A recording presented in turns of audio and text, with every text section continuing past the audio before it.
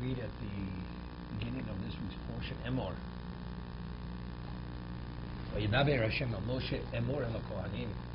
You should say to the Kohanim b'nei Aaron, V'amarta aleim, say unto them, L'nefesh l'itama ba'amos. They should not contaminate themselves to a human being, ba'amov, within the community. So over here, there's a Midrash Tanchuma.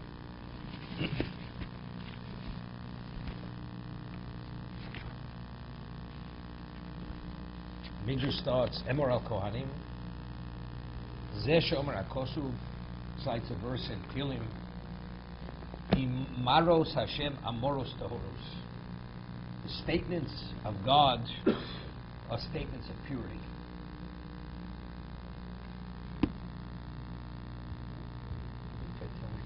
Quiet.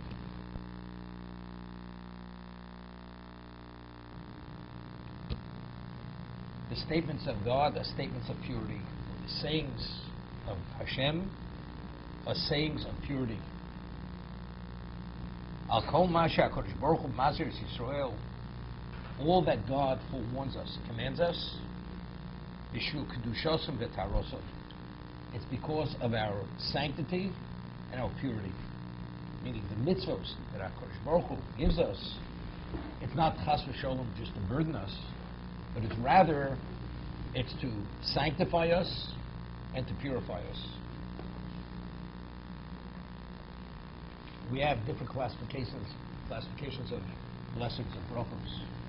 One classification of brachos is known as bichos ha-mitzvos, blessings of mitzvos. Before we do a mitzvah, it has to be predicated on a bracha. And what is the text of the bracha, which was legislated and enacted by the Anshe Knesset Agdol, the men of the High Assembly? Asher kiddishanu b'mitzvosav, b'tzivonu. He sanctified us with his mitzvos, and he commanded us, whatever it may be, whether it's tzitzis, tefillin, matzah, sukkah, lulav, whatever it may be. So the statements of God are pure. But what is the purity of the statement? What does it indicate?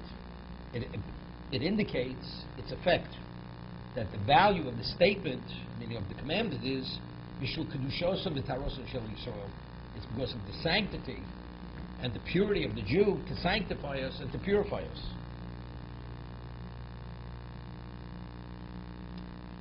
You know, there's a famous statement from Rabbi Akiva. Akiva says in the Mishnah,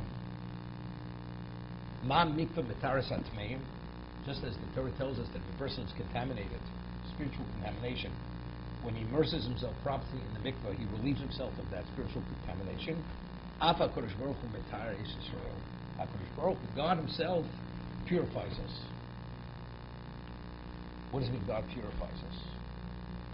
If you have something which you sever it from its source, and then you somehow graft it back onto a living entity, and the graft takes, so initially it had no life.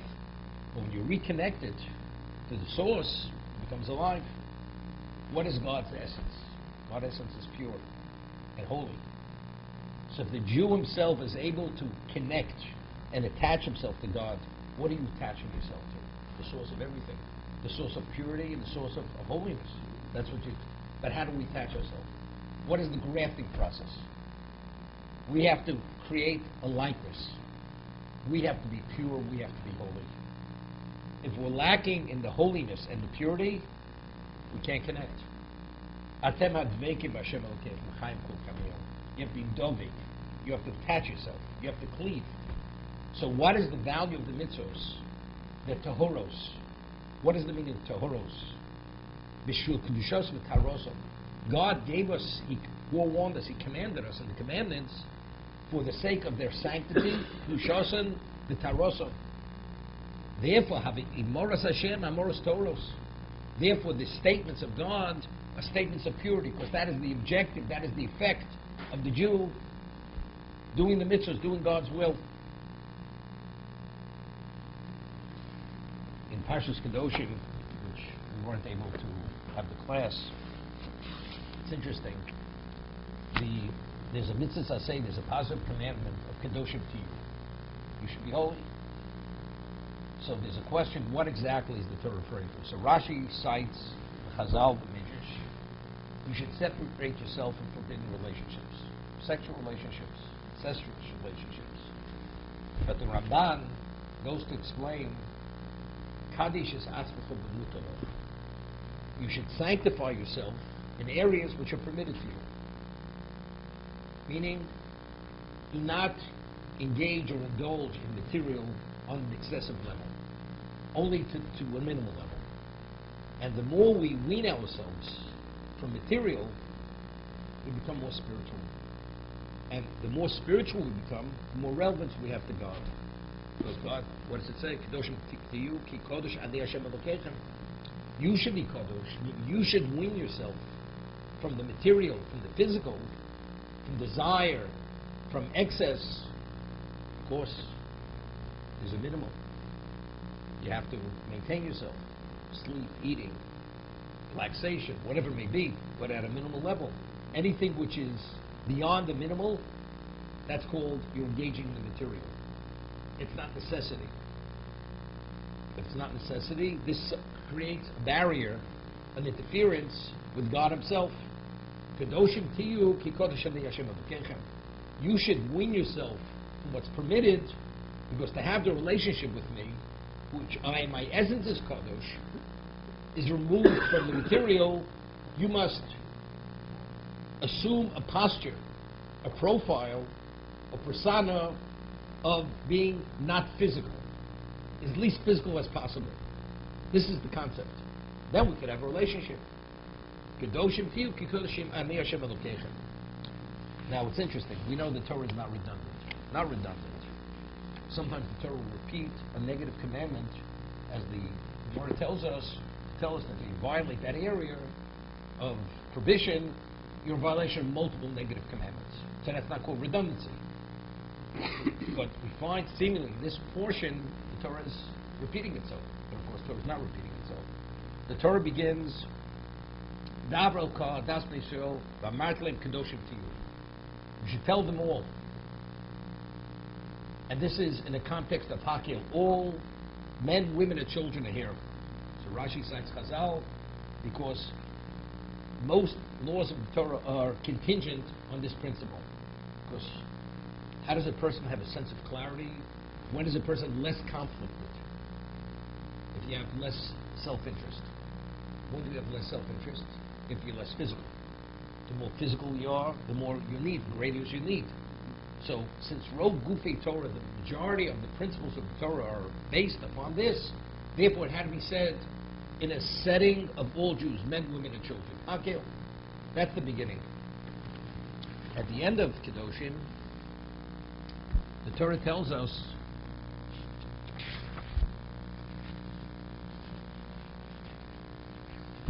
V'ivdaltem bein ha-behema Torah v'tameya. You should discern and separate between the kosher species and the non-kosher species. Bein ha'ofa tomei la-Torah, between the non-kosher bird and the kosher species of bird. Lo seshatzu es nafshosechem. You should not abominate your souls. Ba-behema, ba-of, with the animal, with the bird, tiros, or it's whatever the crawling creatures on the earth. Asher ivdalti lochem l'tami, which I've set away from you, which contaminate. Ivdaltem. Again, what does it mean? Bein ha-behema Torah la-tmeyo. So Rashi himself cites the famous Chazal. Ein tzorach lomad bein Torah v'chamor. You don't need much discernment between two species which are obviously different species. Sharei muvdolim v'nikorim. They're distinguished just by their physical appearance. Elevain Torah loch l'tmei loch. You could have a kosher species. One is permitted to you, and one contaminates you. Be'shenishchad rubo shel simon l'nishchot chetzio. What is valid? What's considered ritual slaughter? You have to cut the majority of both the trachea and the esophagus. What happens? What's the difference between the majority and 50%? An iota. Something which is infinitesimal. The difference between purity and contamination is that iota. That you have to distinguish. To make sure, and that makes a difference whether you're contaminated or not contaminated. This is the discernment that's necessary. And if you observe this, and you only engage in the pure and not the impure, and you don't abominate your souls, v'yisim li kadoshim, then you'll be holy to me, ki kodesh ani, because I am holy. And then, v'avdil eschem min ha'amim liosli, then I will separate you from all other nations to be mine. So Rashi cites Chazal, im atem uvdol mehem, if you live in a context which you live differently than the nations of the world, harei atem shalim, then you're my people.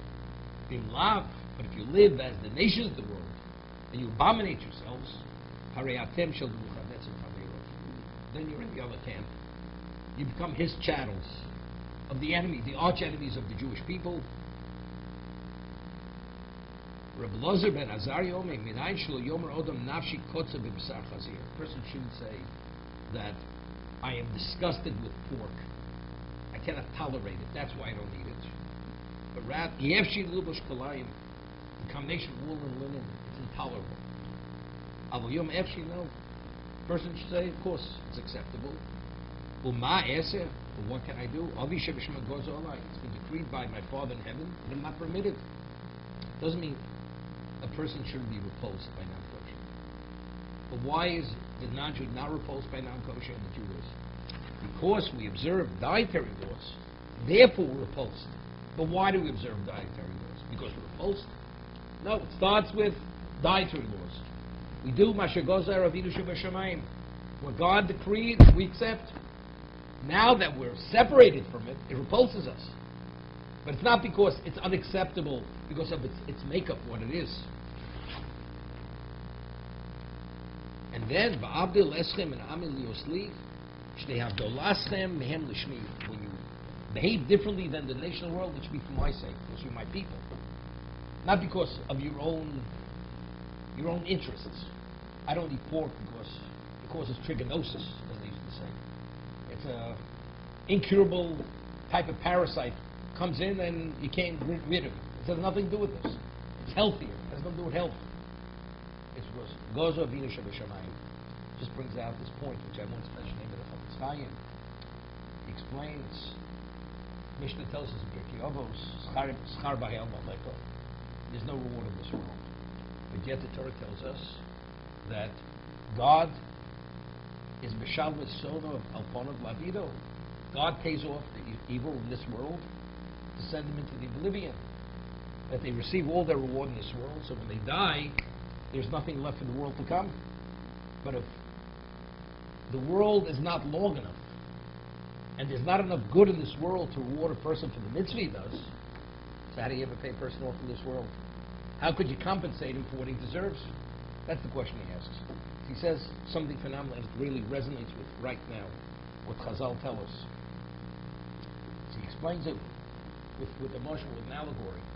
There was this person, he went and he counterfeited millions of rubles of notes in Russia. Counterfeited, perfect. You looked at it, you couldn't tell the difference between an authentic note and a counterfeit note. And this person had such insolence, he went to the secretary, the minister of treasury, and he wanted to cash in these millions of rubles. 10,000 note ruble, 50,000, 100,000 note ruble. And he wants to cash them in, goes to the minister. He'll only deal, he has so much money, he'll only deal with the minister of treasury. Presents, he says he'd like to exchange this for whatever, gold or something else. The minister looks at it, and he gives him a few kopecks. The man reacts to it, says, "You insulted me, I give you millions of rubles of notes, and you give me back a few kopecks." He says, "You know something, you deserve to be taken out before a firing squad and be shot. I gave you authentic notes." He says, "The counterfeit." He says, "Prove to me the counterfeit." Very simple. He says, in terms of the printing, it's perfect. But in terms of the paper, if it's an authentic note, it has the watermark of the Tsar on it. If you lift this note up to the light, it doesn't have that watermark on it. And that's why it's counterfeit. It's not worth the paper it's printed on.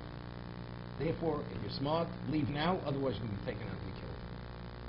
So the Chafetz Chaim says, the person goes, and he That's charity. He's kind. What does he do with charity and kindness? Of course, he's an ethical, moral human being. So where does it emanate? And what is it rooted? In your physicality or in your spirituality? Physicality, that's limitation. Anything in the material is limited. That's limited. So anything limited, what does it produce? And the limited effect. So if that's the case, you're evil. So it's not rooted in God. It's rooted in yourself. Philanthropic, kind, giving, helpful, whatever you want to say. The great humanitarian. But what is it? It's you. Limitation. God will pay you up. You go into oblivion. But a person who does the mitzvah because Avi Shebashamayim Gozar, my Father in heaven decreed it. What is it rooted in? It's rooted in His decree. So what's the source of my obligation? What motivates me? What compels me? What draws me to it? Infinite. God is infinite. If that's the case, Schar Ba'el Maleka. Reward cannot be paid in this world. That's infinite reward. That's the difference. So Hashem, the Torah tells us, V'hisim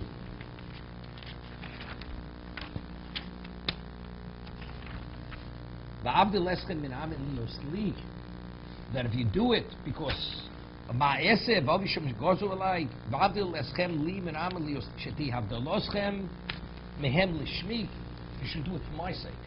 If you do it for my sake, then you'll leave.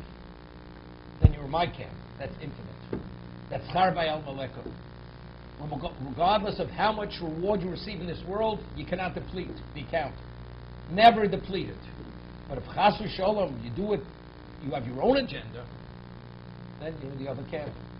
Then you can be subject. You can be subject to the Luchanetza B'Chavera and his group over there. And what's the difference? So it seems to be the Torah is repeating itself. Kedoshim tiyu k'kod shenei Hashem Elokecha. Then the Torah concludes, you shouldn't abominate yourself. You should discern between the pure and the impure, what contaminates, what doesn't contaminate. Then Kedoshim tiyu li k'kod shenei Hashem. We just finished saying that. The portion begins with that. He's talking about something totally different.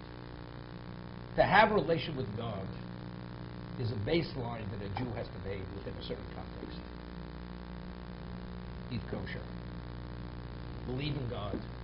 Doing mitzvahs. Even though, although you're living as a physical being and you're partaking of the material, but you realize you haven't abominated yourself. Indulging in material is not abominating yourself. You may be maneuvered Mishras HaTorah, as the Ramban says. You're a hedonist. But we're talking about not even a person who's a hedonist, less than a hedonist. But the person hasn't weaned himself from the material. He's still attracted to the material. He's conflicted because of the material. So you have a relationship. That's minimal. That's the minimal what we're concluding. But if you abominate yourself, you're not in my camp. You're in the camp of Luchanetza B'Chavero. When the Torah begins, when we say it has to be El Kol Adash Yisrael, to all the Jewish people, this is what? This is which Rov Gufi Torah Tliyabah, the majority of the principle of Torah contingent on this principle. This is advancing one's spirituality. This is not to abominate it, not to diminish it, but rather it's to what? To advance it. If you want to advance it, we should be less conflicted. To have greater clarity, then it's Kedoshim Tiyu. You have to wean yourself from the material. So we're speaking about two different contexts.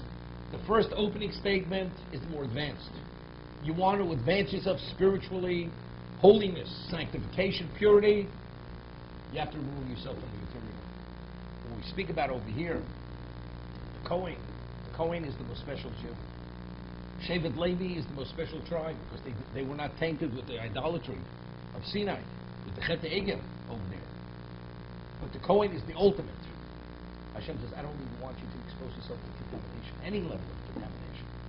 Because you're the purest. You're the purest of the pure. You're the holiest of the holy. A Kohen is a mitzvah, Kiddashto. What's Kiddash? Is a positive commandment. You have to acknowledge the Kohen for his status. He has an innate Kedusha. He has innate holiness. That holiness was never defiled at Sinai. It was only defiled as being part of the Jewish people. But as an individual, the Kohen was never defiled. Therefore, it's a mitzvah, Kiddashto. You must acknowledge it. He's not permitted to contaminate to the dead. He's not permitted to marry certain women, which the ordinary Jew can marry those women. Fully permitted, because he's at a different level, so to speak. So Amoros, Toros. Amah Kodesh Baruch Hu, Mazir is Yisrael. Why does God forewarn us and give us all these mitzvahs? It's not Chas v'Shalom to burden us. It's to advance us. It's because of our innate sanctity. And there is an innate purity. If you want to advance that, it can only be advanced it can only be sanctified through the mitzvahs. That is the vehicle to bring about that level of spiritual advancement. Once we achieve that, then we have another level of relation with Hashem. This is the understanding.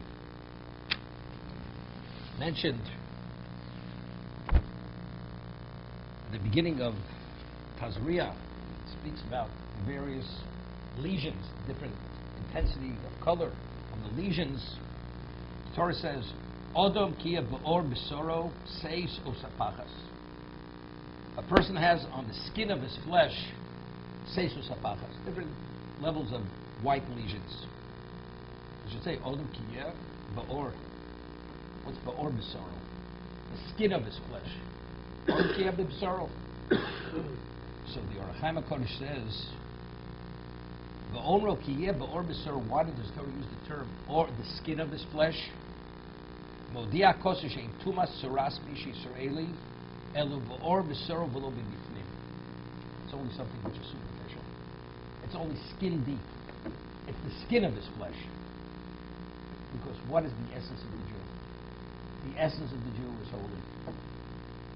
Unfortunately, you have a diamond. It gets coated with soot. But that's only surface. The diamond, in its essence, is what is a diamond. So what do you have to do? You have to polish it. You have to scrape off what accumulates on it.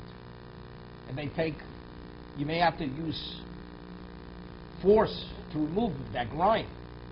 You may have to put it in some kind of chemical, acid, to burn it off. That's what we call yisurim. That's suffering.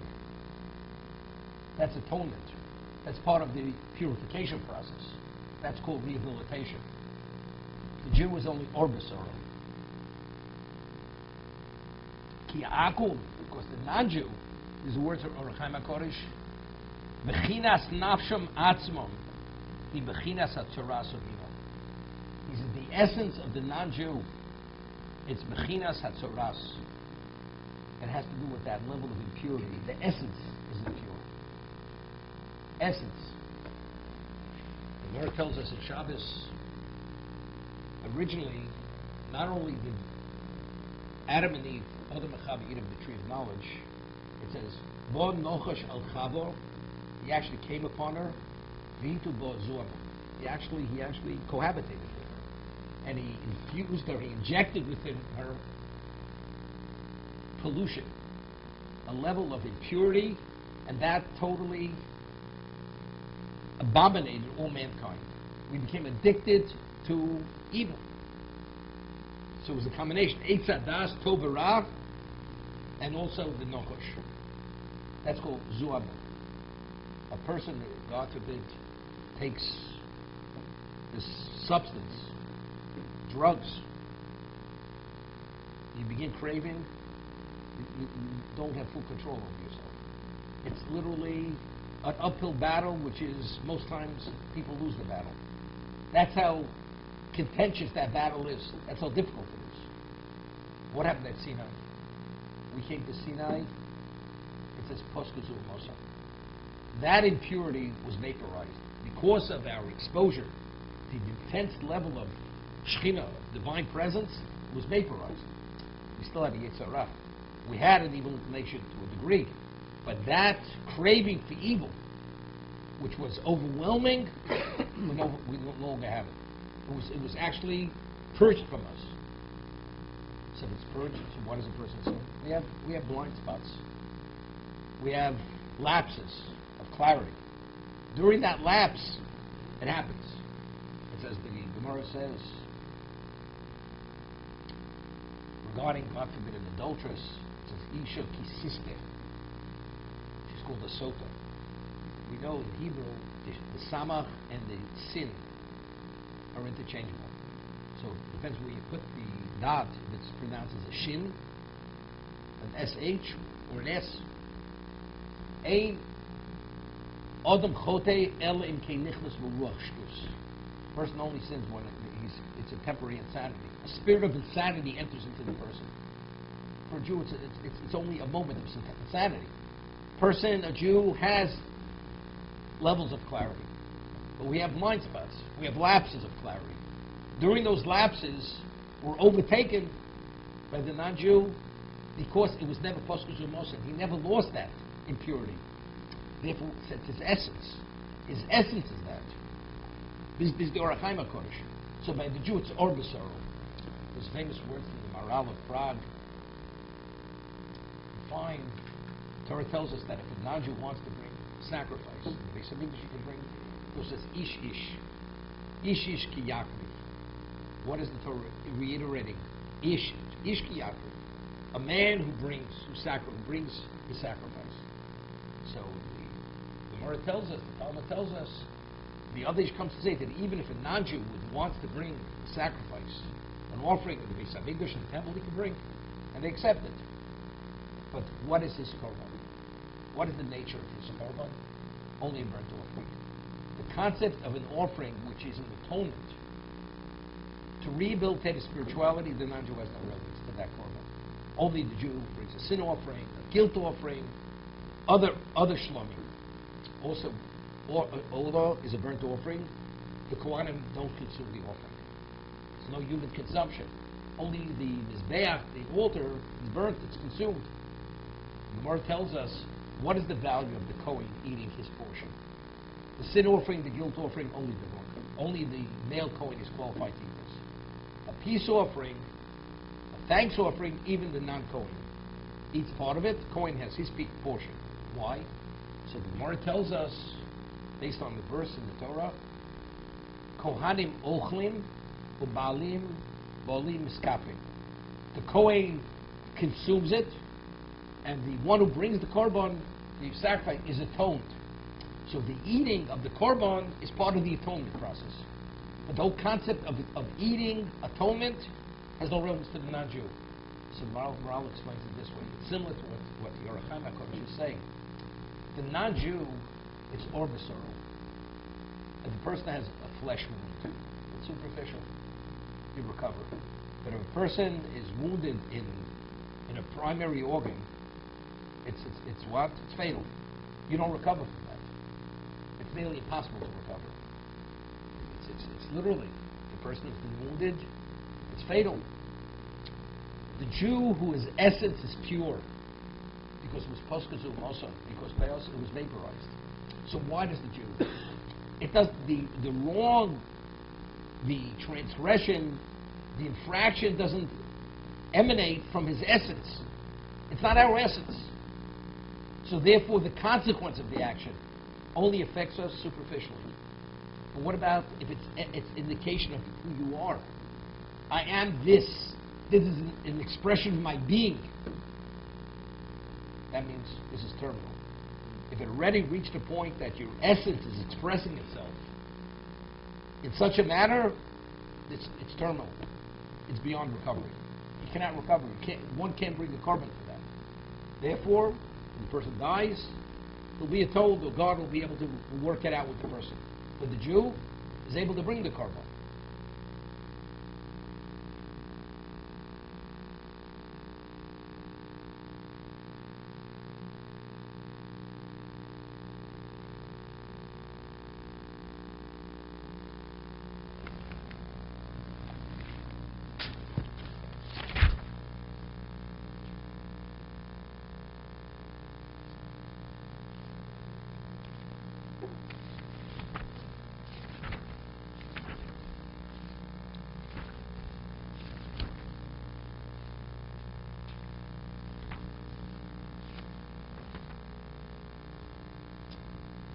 There's a midrash based on a posuk in Micha where God says through the Navi, through the prophet, Emor helisifo. Did I really wear you down? Did I tire you out? What does this mean? So, Omer Rav Yudah, Reb Simon, Omer HaKadosh Baruch Hu, Hashem said to the Jews, Esed behemoths mosati lo, the 10 species which I gave over to you, which are permitted for consumption, to eat. 10 species of animals. Sholish b'reshuscha, 3 of the species are under your control, your jurisdiction. Sheva she'ein b'reshuscha, 7 are not under your jurisdiction, meaning they're undomesticated, they're in the wild. Elu sheb'reshuscha, which species are in your domain, under your jurisdiction? Shor, seik, sovim, says the ox, the sheep, and the goat. That's domesticated. The elu she'ein b'reshuscha, which species are not under your domain? Ayil, Tzvi, Yachmor, Akul, Tishel, Esol, V'zomer, numerate 7. But which species qualify to be a korban? Only the 3 domesticated species. Lo hitrachti yeschem, lo amarti lochem, lalos b'horim. He says, I did not burden you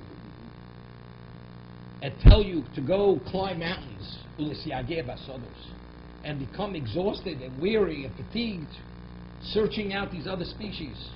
U'lohavi l'fonei korban, me'elu she'ein b'reshuscha, to seek out a species for a korban from the species that are not under your jurisdiction. I'm only asking from the species that are in your domain. Hagdelos al iguscha, which are nurtured through your feed bag, through your trough. Amarti lovi korban l'forman, because I don't want to burden you, I don't want to fatigue you, I want to make it easy for you. Shenem ashor o kesev o eski voli. What exactly is that? So I said, interesting. Mentioned, the Gemara tells us in Avodah Zarah, he was a Jew. His name was Elazar ben Durdayo. Who was this man, Elazar ben Durdayo? So the Gemara says there was no brothel in the world which he didn't frequent. And he had heard that there was a woman which he had an engagement at the end of the world. And because of his interest in this area, he leaves no stone unturned to satisfy his desire. So what does he do? He takes a purse of gold, travels 7 seas, finally arrives at this woman's home, and he's with the woman, and before he engages with her, she makes a comment. Basically, she says to him, "You're worthless. You're -0. When he heard this, it really shocked him. He came to a realization that his life has no value. The way he's lived his life is nothing. And because what did it spur him on to do? He went and he began crying, and he realized the wrong, and his life had no value, and he did tshuva. And his state of remorse and regret, it was so deep, he passed away. After doing this complete tshuva, this complete repentance, a heavenly voice comes out. Rabbi Elazar ben Durdayo, until then he was known as Elazar ben Durdayo. When the heavenly voice came out, it says Rabbi Elazar ben Durdayo. It's already an appellation. He's already a person of status. You're a person, you're a member of the world to come. Meaning until then, you have no relevance to it. But now that you did tshuva, and your repentance is accepted, because he died through his repentance, you're a member of the world to come. So the Maharsha, who's a commentator, explains, what do we see here? Something unbelievable. We read in the Shema, to what degree does a Jew have to display his love for God? With all your heart. You're fully invested. Even if they take your life, you give your life to then display your love for Hashem. They'll take everything you have, materially speaking. You have to give it all up to display your love for Hashem. What did this man do? He had such a craving for this level of detestable behavior he was willing to take a purse of gold. Money wasn't an issue. To satisfy his desire, he's willing to give it all away for that. You know what I mean? To travel 7 seas. He's putting his life in jeopardy. To satisfy his desire, nothing is valuable enough, even as giving his life. He's willing to risk his life even for that. This is this man. People in their lives. Investing in themselves. Put their lives in jeopardy for a chance they may make a profit. That's what it is. To serve Hashem, to love Hashem, it's not so simple. To be fully invested with all your heart, with all your soul, and with all your assets, not simple. No, it's interesting. We find there's a mitzvah to build a mishkan. If you read the Torah, the materials that were needed, and the amount of precious metal that was needed, it was a fortune. And the Jews had to give it. They didn't have to give it. There was a precondition. The only donation which qualified for the Mishkan, it had to be Nediv Leiv. You had to give it out of generosity of your heart. It wasn't compulsory. It wasn't forced. It wasn't forced. God says, I'm not forcing anything on you. If you feel privileged to give, I'm willing to accept. V'yichuli truma. Take the truma from me. V'yichuli. V'yitnuli. You only give that kind of wealth if you see it that you're the beneficiary. You don't give. You have to see yourself you're on the receiving end. You're not on the giving end. Person goes, a sure investment, 10,000 times on your investment return. I'm taking your money.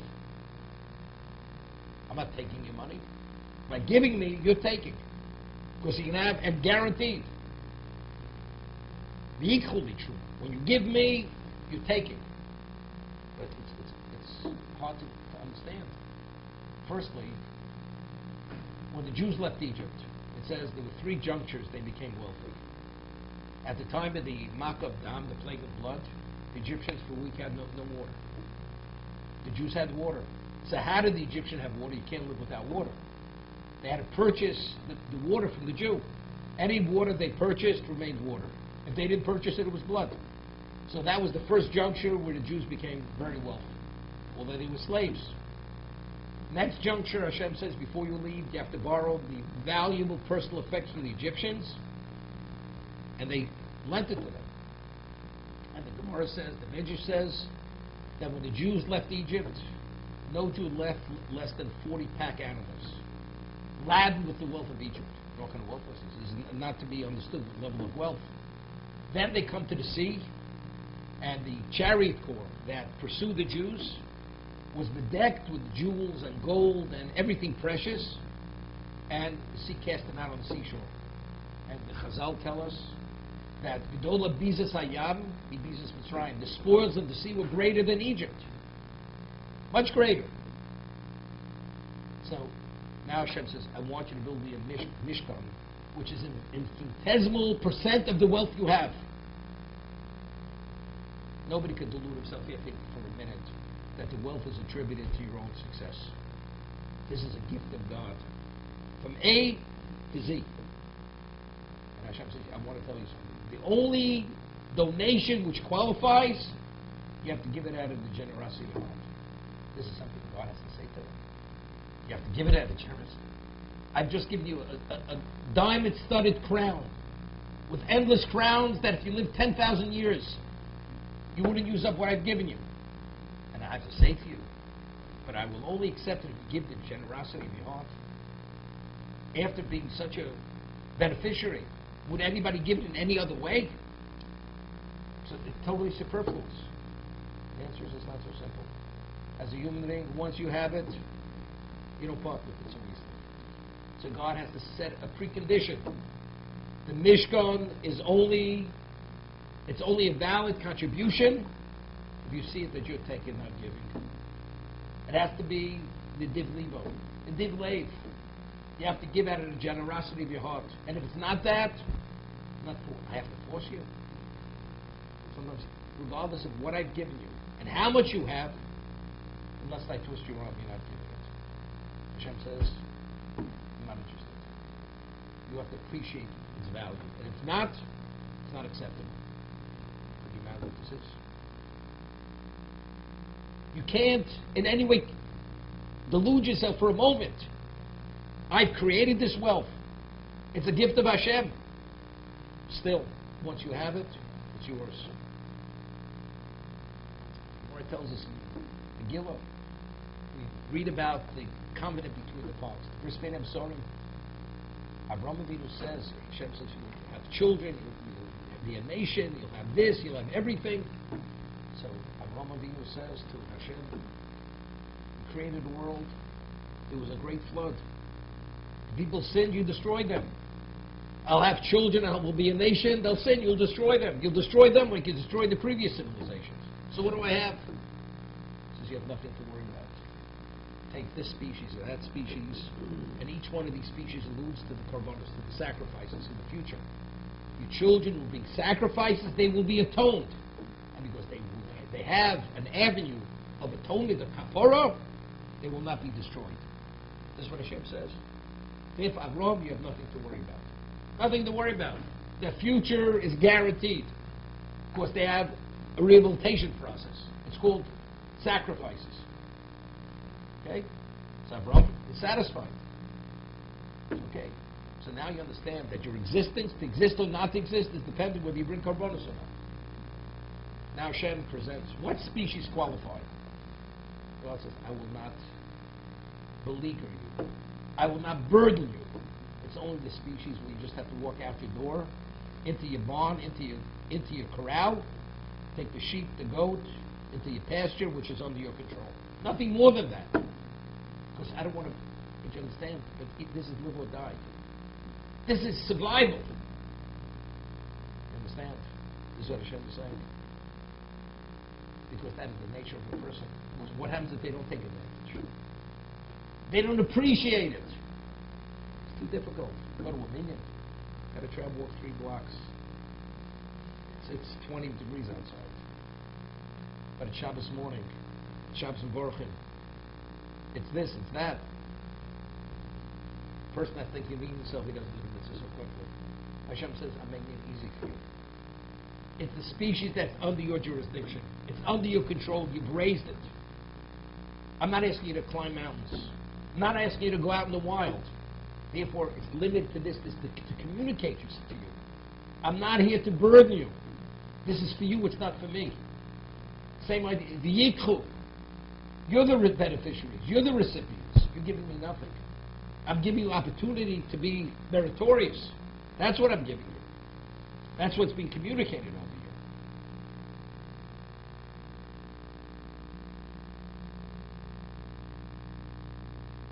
Avraham is worried that there may not be a future. Emor tells us that there was a debate between Beisham and Beisilel for 2.5 years. Noach Lodam Shediba, or Noach Lodam. Was it best man to be created or not to be created? And they debated it. Because factually, statistically, if you evaluate man's behavior, most people fail. They don't succeed. So it would have been best for man not to be created. They don't want to know what's best. They debated the issue for 2.5 years. There was a consensus after 2.5 years. Noach Adam Shalom. It was best he shouldn't have been created. And because man is prone to fail, therefore you fashrish b'masa. Therefore you have to be very deliberate. You have to continue to do a self-introspection. You have to introspect, evaluation, to be able to understand where you stand. And if you understand where you're not at, then you make corrections. Because man is prone to fail. Avraham had what to worry about. Avraham understood the nature of the human being. He understood it. So Hashem says they have atonement. Now, but why do they have it? Why do they have the whole process of atonement? We don't even appreciate it. Sure. Why was the shore chosen as the species? It doesn't happen by itself. Emor tells us that we have 3 prayer services a day, 3 tefillos. Shachris, Mincha, Arvis. So it says Avram tikkun Shabbos. Avram enacted Shabbos. Yitzchak enacted Mincha. Yaakov enacted Harvest. Okay? What do you mean they enacted it? Because they prayed Shacharis, we pray Shacharis. Now, when you take 3 steps forward and you begin speaking, Hashem sosai tiftach pi agiti l'seh. God, open my lips and allow me to say your praises, speak your praises. Why should God listen? Yeah, you're immediately you're having an audience. 3 steps forward, as the Gemara tells us, Kovei l'fnei melech. You're having an audience with the king. Maybe you're not welcome. Hours are from 6 to 8 in the evening. How do you start speaking to God? The answer is because Avraham Avinu was that special Jew who introduced God to existence and brought God from heaven to earth and turned the world upside down, or right side up, I should say. He's the Ivri. He took on the world single-handedly, even willing to die for God. Hashem says, when Avram speaks, I listen. When he makes a request, I pay attention to his request. So who charted the direction and opened all the gates that in the morning, that if the Jew stands and he prays, God is attentive to the Jew? Avram tikkun Shabbos. Now we have another patriarch, Yitzchak. Yitzchak was an ordinary Jew. Yitzchak was the object of the Akedah. He was 37 years old. He could have told his father, I'm not interested. He could have resisted his father. But he submitted. Because he understood, God wants, I should be the object of the sacrifice. I'm willing to give my life.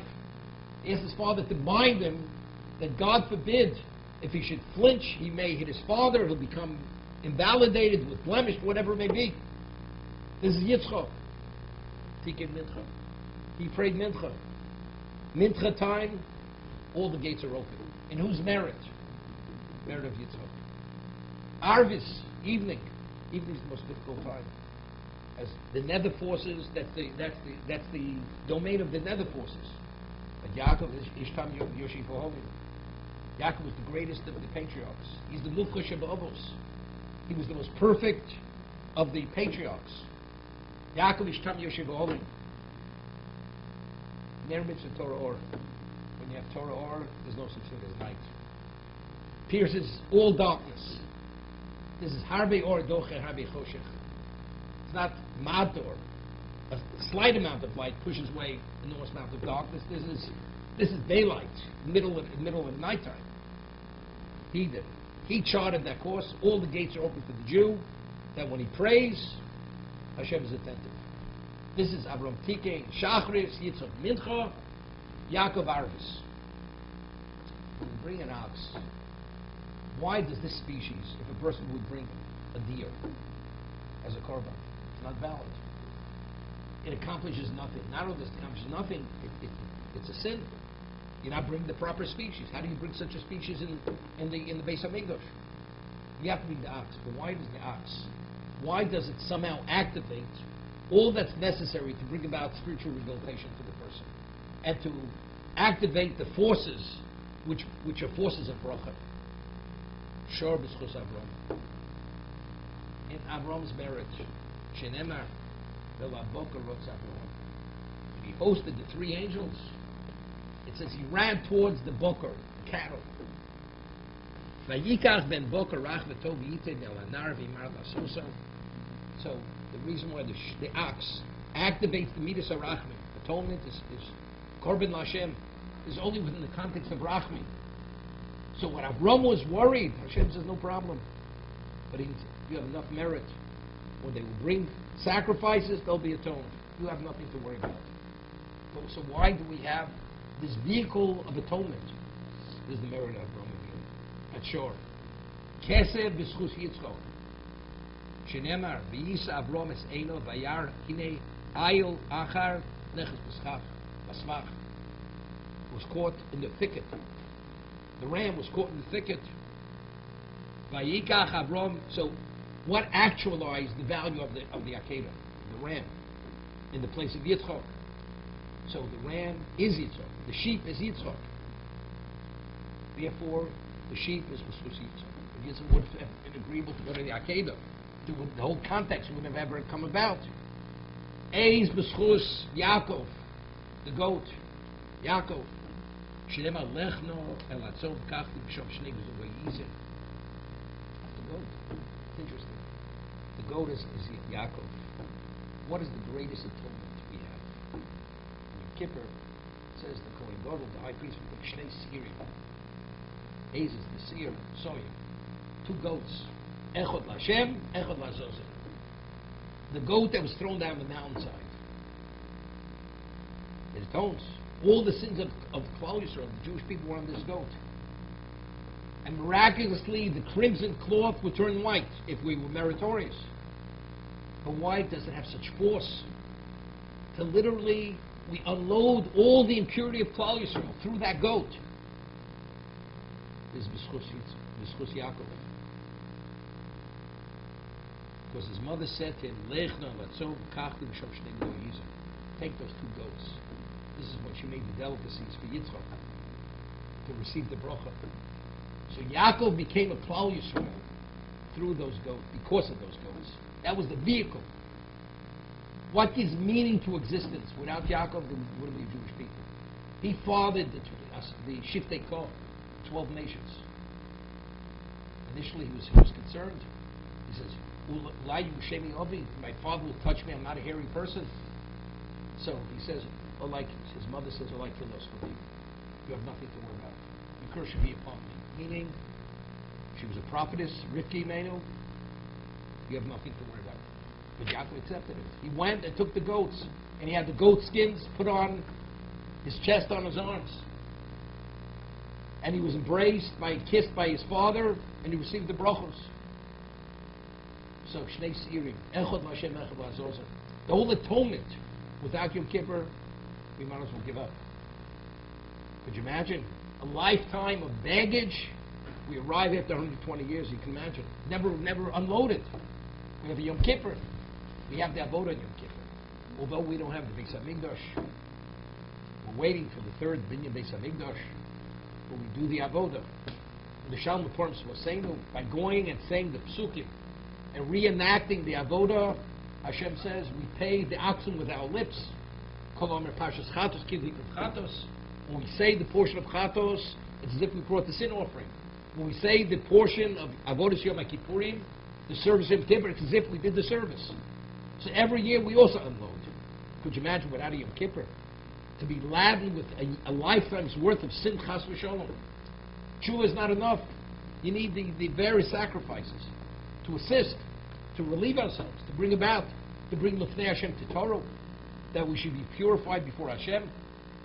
So Avram was worried. What's going to be? You destroyed all these civilizations, all these nations. The Mabul, whatever it was, Sodom, the generation of dispersion. What's going to be with my children? Take this species and that species. The merit of the Korbanos. But even that, in merit of Korbanos, we have to bring them. But why do they have value? They have value because there was an Avram, Baruch Hashem, there was a Yitzchak, and there was a Yaakov. If it wouldn't be in their merit, we'd be lost. We'd have nothing. And that's what it's about. But even that, now we have, would have looked, could you imagine? A person wins the $1 billion sweepstake lottery ticket. He doesn't go to the lottery office to cash it in. Well, you realize I can't afford the fare to get down there. You know something, if you have to crawl on your hands and knees, you go there. But you don't realize it's too much. It's not worth my while. That's how foolish a person would be. First person that make it easy. Shore is under your domain. I'm not asking you to climb mountains. What do you climb? It's for you. It's not for me. This is atonement. This is survival. This is rehabilitation. This is eternity. It's for us. But the Prophet says, but I know who I'm dealing with. No, we have to get from point A to point B. I don't want to make it too burdensome. If you see it not right, unfortunately, it'll be disastrous. The ox is under your control. The sheep is under your control in your domain, and the goat is. I'm not asking you to climb mountains, to go hunt in the fields, to trap. And that's the reality. HaKadosh Baruch Hu can give us fortunes of wealth. But unless we have a schus to see it right, there's no nediv. There's no generosity of heart. You're not inspired. You know, just bought a $15 million mansion, got to pay a mortgage. Rabbi, I can't afford the donation right now. You know, I have a trip. I got to make the wife happy. We got to send the kids to private school, teaching them, you know, how to row down the whatever river near Harvard. In Cambridge, you know, we want him to be on the team, so we got to already start training when he's 4 years old. You know, so the money's all tied up. We don't have this. HaKadosh Baruch Hu gives you a golden crown on your head.